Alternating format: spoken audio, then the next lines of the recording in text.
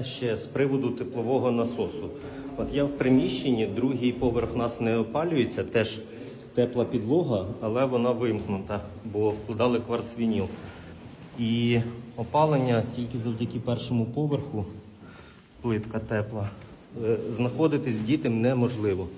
От на 25 стоїть, на теплій підлозі то не сильно відчувається, але в приміщенні класно. І це все бере електрики,